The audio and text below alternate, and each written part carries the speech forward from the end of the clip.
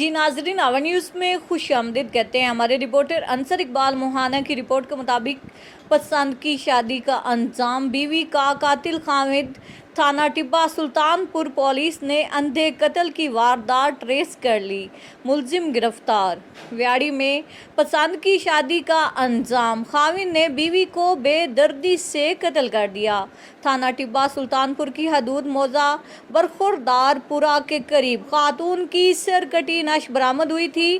Tibba Sultanpur police ने अंधे कत्ल की वारदात ट्रेस करके मुलजिम गिरफ्तार कर लिया।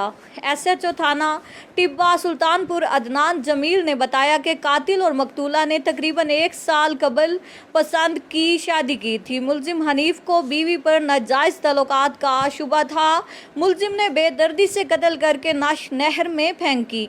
22 साला मकतूला राबिया 6 माह की हामला थी। मुलजिम हनीफ ने बयान में कहा कि बीवी को कई बार गलत चलन से मना किया लेकिन बाज ना आई, अपने किए पर शर्मिंदा हूँ।